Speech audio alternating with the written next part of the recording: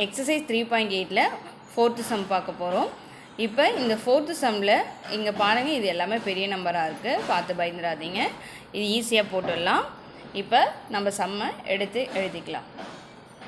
121x power 4 minus 198x power 3 minus 183x square plus 216x plus 144.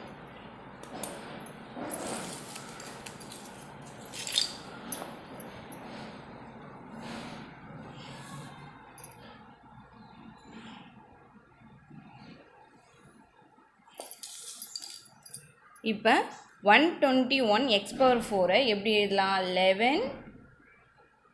11x square into 11x square. 11 11s are 121.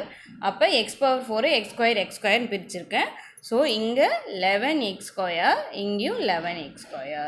So இது ரெண்டுத்தையும் multiple பண்ணால் 121x power 4. அப்புறம் sign change பண்ணும், cancel பண்ணும். Next அடுத்த 2 நம்பர்ஸை எடுத்து எழுதணும். minus 198x power 3 minus 183x square.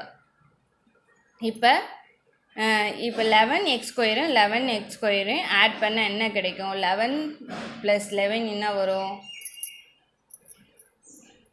22 வருமா? அப்போ 22x square. இப்போ இந்த -198 22ஆல் நம்ம என்ன பண்ணணும்னா டிவைட் பண்ணணும். டிவைட் பண்ண என்ன கிடைக்கும்? 9 கிடைக்கும்.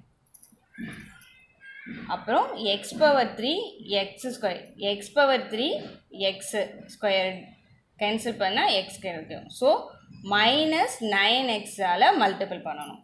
அப்போ இங்கே -9x, இங்கேயும் -9x.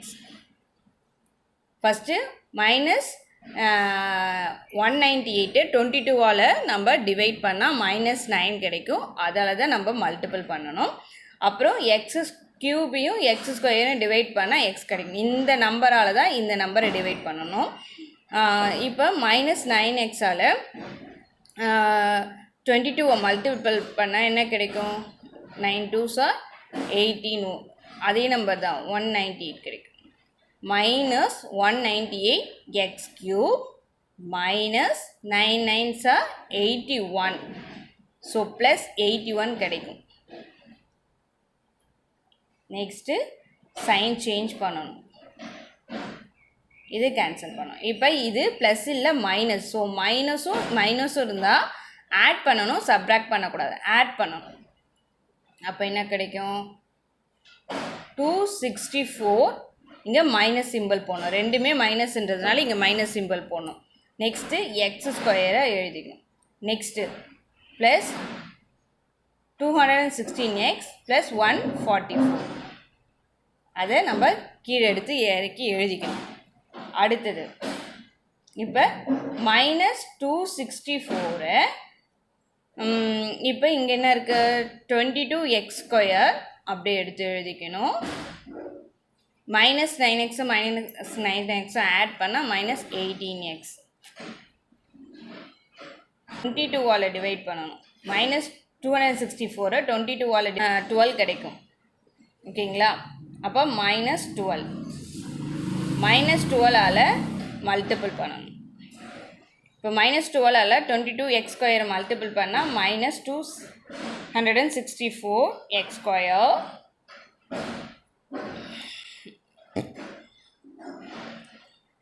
-12 into -18x மல்டிபிள் பண்ணணும்.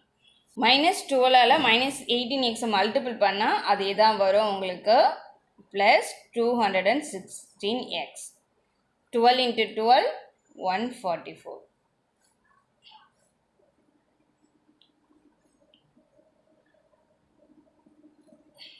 ஜீரோ வந்துடும் கேன்சல் பண்ண. நீங்கள் ஃபஸ்ட்டு நம்பரை மட்டும் கரெக்டாக நீங்கள் போட்டுட்டிங்கன்னா அடுத்து இருக்கிற நம்பர் ஃபாலோயிங்காக அதே நம்பர்ஸ், மேலே இருக்கிற நம்பர் தான் கீழே இருக்கிற நம்பரும் வந்துடும். ஸோ ஈஸியாக மல்டிபிள் பண்ணி போடுறதுக்கு இது ஈஸியாக இருக்கும். ஸோ ஃபஸ்ட்டு கரெக்டாக இந்த 264 வர மாதிரி நீங்கள் கரெக்டாக மல்டிபிள் பண்ணி போட்டுக்கணும்.